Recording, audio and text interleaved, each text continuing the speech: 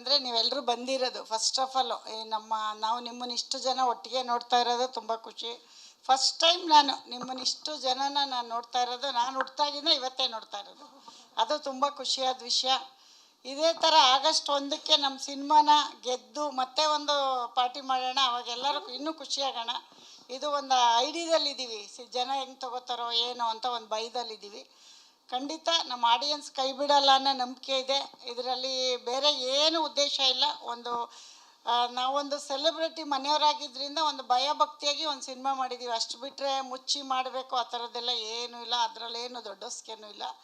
ಖಂಡಿತವಾಗ್ಲೂ ಅವನು ಯಾವುದೇ ರೀತಿ ಹೇಳ್ದೆ ಮಾಡಿದೆ ನಾವೇನು ಇದುವರೆಗೂ ಮಾಡಿಲ್ಲ. ಬಟ್ ಅವನಿಗೂ ಗೊತ್ತು, ನನಗೂ ಗೊತ್ತು. ಬಟ್ ಜನ ಒಪ್ಕೊಂಡ್ರೆ ಅವನು ಖುಷಿ, ನಮಗೂ ಖುಷಿ. ಇಷ್ಟು ಬಿಟ್ಟರೆ ಬೇರೆ ಇದರಲ್ಲಿ ಯಾವುದೇ ರೀತಿ ಬೇರೆ ದೊಡ್ಡಸ್ಕೆ ಏನೋ ಅಮ್ಮ ದುಡ್ಡು ಅವೆಲ್ಲ ಏನು ಅಂದ್ಕೋಬೇಡಿ. ದಯವಿಟ್ಟು ಎಲ್ಲರೂ ಆಡಿಯನ್ಸ್ ಬಂದು ಸಿನಿಮಾ ನೋಡೋ ಥರ ನೀವೆಲ್ಲರೂ ಇದಕ್ಕೆ ಸಪೋರ್ಟ್ ಮಾಡಬೇಕು ಅಂತ ಕೇಳ್ಕೊತೀನಿ ಅಷ್ಟೇ. ಅದಕ್ಕೆ ಅದೇ ಮನೇಲಿ ಇದ್ದಾರಲ್ಲ ಬಾಸ್, ಅವ್ರನ್ನ ನೋಡಿ ಇನ್ಸ್ಪೈರ್ ಆಗಿದ್ದು. ನಾವು ಪ್ರೊಡ್ಯೂಸರ್ ಆಗಿ ತುಂಬ ಕಷ್ಟಗಳಿರ್ತಿತ್ತು ಒಂದು ಟೈಮಲ್ಲಿ. ನಮಗೂ ಪ್ರೊಡಕ್ಷನ್ ಸಿಗ್ತಾ ಇರಲಿಲ್ಲ. ಸಿಕ್ಕಿದರೆ ಸರಿಯಾಗಿ ಅವಕಾಶಗಳು ಏನೆಲ್ಲ ಇರುತ್ತಲ್ಲ, ಅದು ಮತ್ತೆ ಹೇಳೋಣ ಒಂದು ದಿವಸ. ತುಂಬ ಒಳ್ಳೆ ಗೆದ್ವಿ ಅಂದಮೇಲೆ ಹೇಳೋಣ. ಒಂದು ಪಿಕ್ಚರ್ಗಲ್ಲ, ನಾವು ತುಂಬ ದೂರ ಹೋದ್ಮೇಲೆ ಹೇಳೋಣ. ಇವತ್ತು ಯಶು 25 ವರ್ಷ ಆದಮೇಲೆ ನಿಮಗೆ ರಾಕಿಂಗ್ ಸ್ಟಾರ್ ಅಂತ ಕಾಣಿಸ್ಕೊಂಡಿದ್ದಾರೆ. ಅದ್ರ ಹಿಂದೆ ಪಟ್ಟಿರೋ ಕಷ್ಟಗಳು ಯಾರಿಗೂ ಕಾಣಲ್ಲ.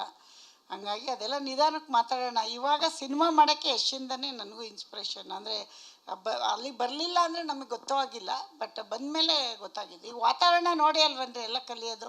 ಗಾದೆ ಹೇಳ್ತಾರೆ ಗೊತ್ತಾ, ಸಾವಸ್ತಿಂದ ಏನೋ ಕೆಟ್ಟ ಅಂತ. ಹಂಗೆ ನಾವು ಅಲ್ಲಿಂದನೇ ಬಂದು ಅಲ್ಲೇ ವಾತಾವರಣ ಎಲ್ಲ ಕಲ್ತಿರೋದು. ಬಟ್ ಅವನಿಂದ ತುಂಬ ಕಲ್ತಿದ್ದೀವಿ ನಾವು. ಅವನು ಮನೇಲಿ ಯಾವ ರೀತಿ ನಮಗೆಲ್ಲ ಗೈಡ್ ಮಾಡ್ತಿದ್ದ, ಅಂದರೆ ಯಾವಾಗಲೂ ಸಿನಿಮಾ ಬಗ್ಗೆ ಅವನಿಗಿರೋ ಫ್ಯಾಷನ್ ಎಲ್ಲ ನೋಡಿ ಕಲ್ತಿದ್ದೀವಿ. ಅದು ಬಿಟ್ಟರೆ ಬೇರೆ ಏನಿಲ್ಲ. ನಮಗೂ ಎಲ್ಲ ಒಂದು ಕಡೆ ನಾವು ಮಾಡ್ಬೋದು, ಮಾಡೋಣ ಅಂತ ಒಂದು ಆಸೆ ಬಂತು, ಮಾಡಿದ್ದೀವಿ ಅಷ್ಟೆ. ಮಾಡಬಾರ್ದ? ನಾನು ತುಂಬ ಸಿಂಪಲ್ಲು. ನಾನು ಒಂದು ಅಂಗಡಿಗೆ ಹೋಗಿ ನೀವು 100 ಸೀರೆ ಇಟ್ಟರೆ ಟಕ್ಕಂತ ಒಂದು ಸೀರೆ ಎತ್ಕೊಂಡ್ಬಿಡ್ತೀನಿ, ತುಂಬ ಹೊತ್ತು ಹುಡ್ಕಲ್ಲ. ಹಂಗೆ ಸಿಂಪಲ್ಲಾಗಿ ಅವ್ರು ಹೇಳಿದ ತಕ್ಷಣ ಜಡ್ಜ್ಮೆಂಟ್ ಇದೆ. ಯಾವುದೇ ಕೆಲಸಕ್ಕೆ ಜಡ್ಜ್ಮೆಂಟ್ ತುಂಬ ಮುಖ್ಯ ಅಲ್ವಾ? ಆ ರೀತಿಲಿ ಇದೊಂದು ಚಿಕ್ಕದಾಗಿ ಒಂದು ಹಳ್ಳಿ ಪ್ರಾಜೆಕ್ಟ್ ಕತೆ ನನಗೆ ಜನಕ್ಕೆ ಇಷ್ಟ ಆಗ್ಬೋದು ಅಂತ. ಕತೆ ತುಂಬ ತಗೊಂಡು ಬಂದರು, ಬಟ್ ಅದಕ್ಕೆಲ್ಲ ಸರಿಯಾದ ಬಜೆಟ್ಗಳು ಬೇಕು. ಇದು ಒಂದು ಚಿಕ್ಕ ಬಜೆಟಲ್ಲಿ, ಚಿಕ್ಕದು ಅಂದರೆ ನಮ್ಮ ಶಕ್ತಿಗೆ ಅನುಸಾರವಾಗಿ ಮಾಡ್ಬೋದು ಅಂತ ಅನಿಸಿದ್ದು. ಅದಕ್ಕೆ ಇದನ್ನು ಆಯ್ಕೆ ಮಾಡಿದ್ದೀವಿ. ಸಿನಿಮಾ ನೋಡ್ಬಿಟ್ಟು ಹೇಳಿ, ಯಾಕೆ ಅಮ್ಮಂಗೆ ಜಡ್ಜ್ಮೆಂಟ್ ಇದೆಯಾ ಇಲ್ವಾ ಅಂತ ಆಮೇಲೆ ಹೇಳ್ಬೇಕು. ನೀವು ಹೇಳಬೇಕು, ನಾವು ಹೇಳೋದಲ್ಲ. ನನಗೆ ಇವಾಗ ಏನು ರಿಸಲ್ಟ್ ಹೇಳೋಕ್ಕಾಗಲ್ಲ, ಬಟ್ ನಾನು ಒಪ್ಕೊಂಡ್ರಾಗಲ್ಲ. ಬೇರೆ ಎಲ್ಲ ಇದ್ದಾರಲ್ಲ ನಮ್ಮ ಅಣ್ಣವ್ರು ಹೇಳ್ದಂಗೆ ಅಭಿಮಾನಿ ದೇವ್ರುಗಳು, ಅವ್ರು ಒಪ್ಕೊಂಡ್ರೆ ನಾವ್ಯಾರು ಜಡ್ಜ್ ಮಾಡೋಕ್ಕೆ. ಸುಮ್ಮನೆ ಕೆಲಸ ಮಾಡಿದ್ದೀವಿ ಅಷ್ಟೇ, ಅದನ್ನು ಅವ್ರು ಕೊಡ್ಬೇಕು ರಿಸಲ್ಟ್. ಏನಂತೀರ? ಹಾಂ ಹೇಳಿ, ಮತ್ತೆ ನೀವು ಆನ್ಸರ್ ಹೇಳ್ಬೇಕು ನಮಗೆ. ಕೇಳ್ಬಿಟ್ಟು ಸುಮ್ಮನೆ ಕೂತ್ಕೊಬಿಟ್ರೆ ಎಸ್ ಆರ್ನೋ ನೀವು ಹೇಳಬೇಕು ಅಲ್ವಾ? ಅವ್ರು ಒಪ್ಕೋಬೇಕು. ಈಗ ನಾವು ಮಾಡಿದ್ದೀವಿ ಅಷ್ಟೇ. ಈಗ ಸೂಪರಾಗಿ ಅಡುಗೆ ಮಾಡಿದ್ದೀವಿ ಅನ್ಕೋತೀವಿ, ತಿಂದು ಟೇಸ್ಟ್ ನೋಡೋರು ಅವರು ಅಲ್ವಾ? ಹಂಗೆ ಜನ ಹೇಳ್ತಾರೆ ಅಂತ ನಂಬಿಕೆ ಇದೆ. ನೋಡೋಣ. ನನಗೊಂದು ಓಪ್ಸಿದೆ, ನಮ್ಮ ಕನ್ನಡದ ಅಭಿಮಾನಿಗಳು. ಈಗ ಯಶು ಒಂದಿನ ಬಂದಾಗ ಅವ್ನ ಕಿರಾತಕದಿಂದ ತುಂಬ ಇಷ್ಟ. ಇವತ್ತು ಹಾಸನಲ್ಲಿ ಮಾತಾಡ್ತಾರೆ ಕಿರಾತಕ ಸಿನಿಮಾ ನೋಡಿ, ಅಕ್ಕ ಹಂಗೆ ನಮ್ಮ ರಿಲೇಷನ್ ಎಲ್ಲ. ಅದೇ ಥರದಲ್ಲಿ ವಿಲೇಜ್ ಸಬ್ಜೆಕ್ಟು ಚೆನ್ನಾಗಿ ಇದೆ ಅಂತ ಆಯ್ಕೆ ಮಾಡಿದ್ದೀವಿ. ನೋಡೋಣ ಹಿಂಗೆ ತೊಗೋತಾರೆ ಅಂತ, ಆಮೇಲೆ ಮಾತಾಡೋಣ ಜನ ತೊಗೊಂಡ್ಮೇಲೆ. ಬರ್ತಾರೆ, ನಾವು ಒಂದಿನ ಹೋಗಿದ್ದೀವಿ, ಹಂಗೆ ಬರ್ತಾರೆ, ಅದೇನು ಬೇಜಾರಿಲ್ಲ. ಬಟ್ ಏನಂದರೆ ಬರೋದು, ಈಗ ಕೆಲಸ ಕೇಳೋದು ನಾವು ಕೇಳಬೇಕು, ನೀವು ಕೇಳಬೇಕು, ಅದು ತಪ್ಪಲ್ಲ. ಬಟ್ ನಾವು ನೆಕ್ಸ್ಟ್ ಶರಣ್ ಅವ್ರಿಗೆ ಮಾಡ್ತಾಯಿದ್ದೀವಿ. ಶರಣ್ ಅವ್ರದ್ದಾದಮೇಲೆ ಮುಂದಿಂದು ಪ್ರಾಜೆಕ್ಟ್ ಆಮೇಲೆ ನೋಡೋಣ. ಫಸ್ಟ್ ಶರಣ್ ಅವ್ರಿಗೊಂದು ಕತೆ ಓಕೆ ಮಾಡಿದ್ದೀವಿ.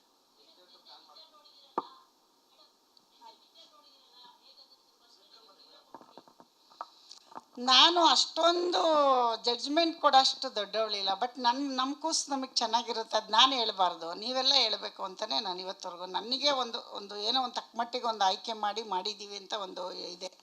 ಜನ ಹೇಳಿ 1ನೇ ತಾರೀಕು ಮೇಲೆ ಜನಕ್ಕೆ ತುಂಬ ಆಮೇಲೆ ಏನೋ ತುಂಬ ಹೇಳ್ಕೊತಿದ್ರು ಅಂದ್ಬಿಡ್ತಾರೆ. ಒಂದು ಪ್ರಯತ್ನ ಪಟ್ಟಿದ್ದೀವಿ, ಅದನ್ನು ಜನ ಕೊಡಲಿ, ಆಡಿಯನ್ಸ್ ಕೊಡಲಿ ಅಂತ.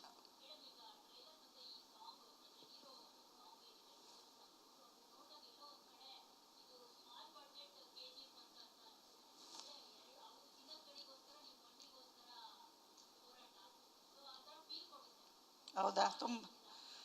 ಅಲ್ಲ, ನೀವು ಹಂಗೆ ಅನ್ಕೊಂಡ್ರೆ ಒಳ್ಳೇದೇನೆ. ಬಟ್ ಅವರಷ್ಟು ಚಿನ್ನ ತೆಗಿಯೋಕ್ಕಾಗ್ದಿದ್ರು ಮಣ್ಣಾರು ತೆಗ್ದಿದ್ದೀವಲ್ಲ. ಅಷ್ಟೇ ಅಲ್ವಾ.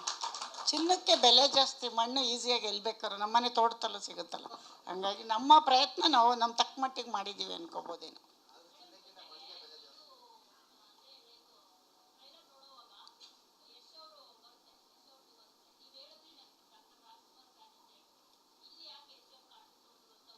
ಯಶ್ ಅವ್ರದ್ದು ನಾನಲ್ಲ, ಹುಡುಗಿ ಅಭಿಮಾನಿ ಅಂತೆ ಇವರು ಮೇಡಮು. ಸಿನಿಮಾದಲ್ಲಿ ಮಾತುಕತೆ ಆಗ್ಬೇಕಾದ್ರೆ ಡೈರೆಕ್ಟ್ರ್ ಹತ್ರ ಡಿಸ್ಕಷನ್ ಮಾಡಿದ್ರಂತೆ ಯಾರನ್ನ ಹಾಕೋದು ಅಂತ. ಅವಾಗಿನ್ನೂ ಗೊತ್ತೇ ಇಲ್ಲ ಅವ್ರಿಗೆ ನಮ್ಮ ಪ್ರಾಜೆಕ್ಟ್ ಅಂತ. ಇವರೆಲ್ಲ ಸೇರಿ ಇಲ್ಲ ಯಶೋರ್ದು ಹಾಕೋಣ ಅಂದ್ಬಿಟ್ಟು ಹಾಕಿರೋದು. ಬಟ್ ಹಾಕುವಾಗ ನಾನು ಬೇಡ ಅನ್ನೋಕ್ಕಾಗಲ್ವಲ್ಲ, ಹಾಕ್ಲಿ ಬಿಡಿ ಅಂತ ಹೇಳಿ ಹಾಕ್ಸಿದ್ದೀವಿ ಅಷ್ಟೆ. ಇವಾಗಿನ ಟ್ರೆಂಡಲ್ಲಿ ಹೀರೋ ಇದ್ದಾರೆ ಅಂತ ಅಂದ್ಕೊಂಡಿದ್ದೀವಿ ಅಷ್ಟೆ. ಏನು ಹೇಳಿ? ಅದನ್ನು ನಾನು ಹೇಳ್ತೀನಿ, ಇದೆಲ್ಲ ಮುಗೀಲಿ ಆಮೇಲೆ ಹೇಳ್ತೀನಿ. ಬಜೆಟ್ ಮಾತಾಡೋ ಜಾಗ ಅಲ್ವೇ ಅಲ್ಲ ಇದು. ಏನಂತೀರ? ನಮ್ಮ ಡೈಲಾಗ್ ಅದು ಅಲ್ಲ. ಬಜೆಟ್ ಇಲ್ಲಿ ಮಾತಾಡೋದು ಜಾಗ ಅಲ್ವೇ ಅಲ್ವಲ್ಲ. ಅದೆಲ್ಲ ಹೇಳೋದು ಕೂತ್ಕೊಂಡು ಒಂದ್ಸರಿ ಲೆಕ್ಕ ನೋಡ್ತೀನಿ, ಆಮೇಲೆ ಹೇಳ್ತೀನಿ.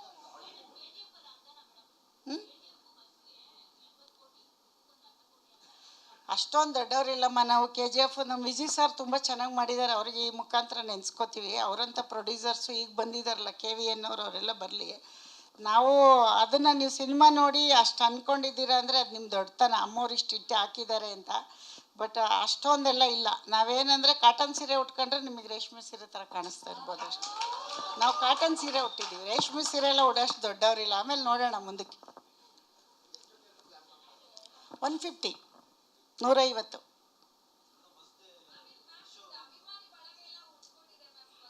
ಹೌದಾ?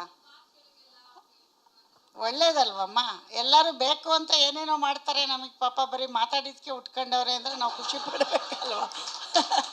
ಏನೇನೋ ಮಾಡ್ತಾರೆ ದಿನ ಬೆಳಗಾದರೆ ಪಾಪ ಜನ. ನಾವು ಸುಮ್ಮನೆ ಒಂದು ಪ್ರೆಸ್ ಮೀಟಲ್ಲಿ ನೀವು ಅಷ್ಟೊಂದು ನಮ್ಮನ್ನು ತೊಗೊಂಡೋಗಿದ್ದೀರಾ ಅಂದರೆ ಖುಷಿ ಪಡೋ ವಿಷಯ ಅಲ್ವೇನಮ್ಮ. ಹಾಂ, ಯಶೋಧ ಪೂಜಾರಿ ಅಲ್ವಾ? ಬಾಬಾ ನನಗೆ ಗೊತ್ತು, ಬಾ ನೀನು ಬಾ, ಎಲ್ಲ ಹೋಗ್ತೀಯ.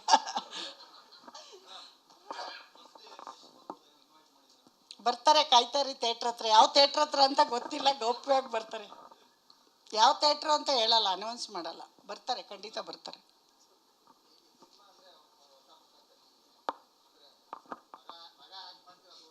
ಹೊಸ ಪ್ರಪಂಚ ಅಲ್ಲ ರೀ. ಮುಂದೆ ಒಂದು ತಿಳ್ಕೊಳ್ಳಿ, ಒಂದು ಮುಂದೆ ಒಬ್ರು ಯಾರೋ ಹೋಗ್ತಾ ಇದ್ದಾರೆ ಅಂದರೆ ಹಿಂದೆ ನಾವು ಸಾಕಷ್ಟು ಕಷ್ಟಪಟ್ಟಿರ್ತೀವಿ.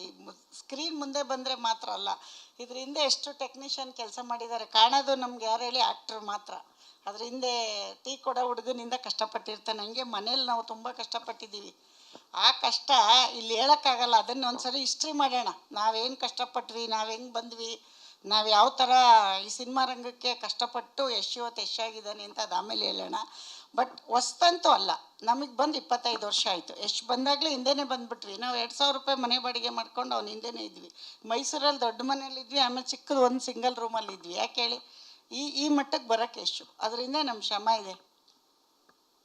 ನಮ್ಮ ಸ್ಟೋರಿ ಕೇಳಿದ್ರೆ ನೀವು ಹಿಸ್ಟ್ರಿ ಬುಕ್ ಮಾಡ್ಬೋದು, ಆಮೇಲೆ ಹೇಳೋಣಂತೆ. ಈಗ ಬೇಡ, ಆಯಿತಾ?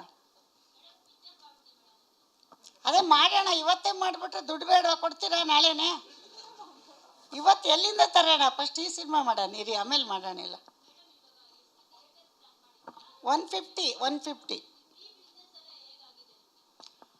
ಅದೆಲ್ಲ ಈ ಬಿಸ್ನೆಸ್ದೆಲ್ಲ ಇನ್ನೂ ನಾನು ಯೋಚಿಸಿಲ್ಲಮ್ಮ. ಅಷ್ಟೊಂದು ಆ ಥರ ಬೀಳ್ತಾ ಇಲ್ಲ. ಫಸ್ಟು ಜನ ಆಡಿಯನ್ಸ್ ತೊಗೊಳ್ಳಿ ಅಂತಿದ್ದೀವಿ, ಬಿಸ್ನೆಸ್ ಬಗ್ಗೆ ತಲೆ ಕೆಡಿಸ್ಕೊಂಡಿಲ್ಲ ಇನ್ನು. ಅಲ್ಲ, ಅಪ್ರೋಚ್ ಮಾಡ್ತಿದ್ದಾರೆ, ನಾವಿನ್ನೂ ರೆಸ್ಪಾನ್ಸ್ ಮಾಡಿಲ್ಲ.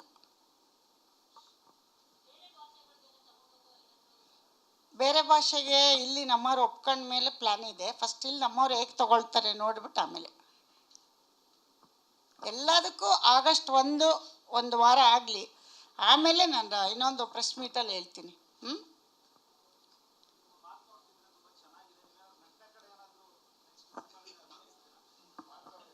ನಟನೆ, ಇದೇ ನಟನೆ. ಈಗ ಮಾತಾಡ್ತಿದ್ವಲ್ಲ, ಇದನ್ನೇ ನೀವು ನಟನೆ ಅಲ್ಲ. ನೀವು ಹೇಳ್ತಾ ಇರೋದು ನಟನೆ ಮಾಡೋಕ್ಕೆ ಬರಲ್ಲ ನಮಗೆ, ನೀವು ಅಂದ್ಕೊಂಡಿದ್ದೀರ. ಸುಮ್ಮನೆ ಮಾತಾಡಿದ ತಕ್ಷಣ ನಟರಿಗೆ ಅದೊಂದು ವ್ಯಾಲ್ಯೂ ಇದೆ. ಅದನ್ನೆಲ್ಲ ಅಷ್ಟು ಈಸಿಯಾಗಿ ನಟನೆ ಮಾಡೋಕ್ಕಾಗಲ್ಲ. ಮಾತು ಬೇರೆ, ನಟನೆ ಬೇರೆ. ನನಗೂ ಎಷ್ಟು ಬಂದ ಮೇಲೆ ಗೊತ್ತಾಗಿದೆ ಇಷ್ಟೊಂದು ಕಷ್ಟನ ನಟನೆ ಮಾಡೋದು ಅಂತ. ಅದಕ್ಕೆ ಆದ ಪ್ರಿಪ್ರೇಷನ್ ಎಲ್ಲ ಅವ್ರು ಎಷ್ಟು ಕಷ್ಟಪಡ್ತಾರೆ. ಅಷ್ಟು ಈಸಿ ಇಲ್ಲ ನಟನೆ ಮಾಡೋದು. ನಾವೇನೋ ಒಂದು ಸಣ್ಣ ಪ್ರಯತ್ನ ಮಾಡಿ ಪ್ರೊಡ್ಯೂಸರ್ ಆಗಿದ್ದೀವಿ, ಅದಕ್ಕೆ ಆಶೀರ್ವಾದ ಮಾಡಿ ಸಾಕು.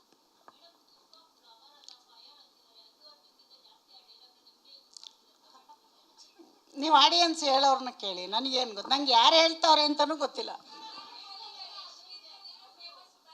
ಹೌದಾ, ಇರು ನಿಂಗೆ ಮಾಡ್ತೀನಿ. ಅವಳಲ್ಲ ಯಶೋಧ ಪೂಜಾರಿ. ಅಲ್ಲಮ್ಮ, ಅವನೆಲ್ಲಿ ನಾನೆಲ್ಲಿ, ಅವನು ಎಷ್ಟು ಹೆಸರು ಮಾಡಿದ್ದಾನೆ. ಅದೇನಾಗಿದೆ ಗೊತ್ತಾ, ಹೂವಿಂದ ನಾರು ಹೋಗುತ್ತಲ್ಲ ಹಂಗೆಲ್ಲ ಅವನ ಜೊತೆ ನನ್ನ ಕರ್ಕೊಂಡು ಹೋಗ್ತಾವ್ರಷ್ಟೇ. ಹ್ಞೂ, ಅದು ಮೊದಲಿಂದ ಕರೀತಾರೆ ಬಿಡಿ, ಮನೇಲೆಲ್ಲ ಮಕ್ಕಳೆಲ್ಲ ಕರೀತಾರೆ. ನನ್ನ ಚಿಕ್ಕ ನಮ್ಮ ಮನೆ ಕೆಲಸದ ಹುಡುಗರೆಲ್ಲ ಬಾಸ್ ಅಂತಿದ್ರು ನನಗೆ. ಈಗ ಯಶಿಗೆ ಬಾಸ್ ಅಂತಾರೆ, ಅದು ಮಾಮೂಲಿ ಇರುತ್ತೆ. ಈಗ ಗೊತ್ತಾಗಿದೆ ನಿಮ್ಗಷ್ಟೇ. ಅಷ್ಟೇ ಏನಿಲ್ಲ, ಟ್ಯಾಲೆಂಟ್ ಅಲ್ಲ ಅದು. ಸುಮ್ಮನೆ ಈ ಥರ ಮಾತಾಡಿದ್ದನ್ನೇ ಅಂದ್ಕೊಂಡು. ಟ್ಯಾಲೆಂಟ್ ಅಂದರೆ ಬೇರೆ ಇರುತ್ತೆ ಬಿಡಿ, ಹಾರ್ಡ್ ವರ್ಕ್. ಆಮೇಲೆ ಆರ್ಟಿಸ್ಟ್ ಎಲ್ಲ ಬೈಕತ್ತಾರೆ ನಾನು. ಇಲ್ಲ, ಬರೋದೇ ಹೆಂಗೆ ಸರ್, ಮಾತಾಡೋಕ್ಕೆ ಬರಲ್ಲ. ನಾವು ಹಾಸನ ಕಡೆಯವರಲ್ವಾ, ನಮಗೆ ತುಂಬ ನಯವಾಗಿ ಮಾತಾಡೋಕ್ಕೆ ಬರಲ್ಲ. ಅಂದರೆ ಸ್ಮೂತಾಗಿ ಬರಲ್ಲ. ನಾವು ಹಳ್ಳಿ ಭಾಷೆ ಇರೋದೇ ಹಿಂಗೆ ನಮ್ಮದು. ಈಗ ಮಂಗಳೂರು ಭಾಷೆನ ನಮ್ಮ ಭಾಷೆ ಥರ ಮಾತಾಡಿ ಅಂದರೆ ಅವ್ರಿಗೆ ಬರಲ್ಲ. ಹಾಸನವ್ರದ್ದು ನಮ್ಮದು ಈ ಥರ ಭಾಷೆ. ಅಷ್ಟು ಬಿಟ್ಟರೆ ಬೇರೆ ಏನೂ ಇಲ್ಲ.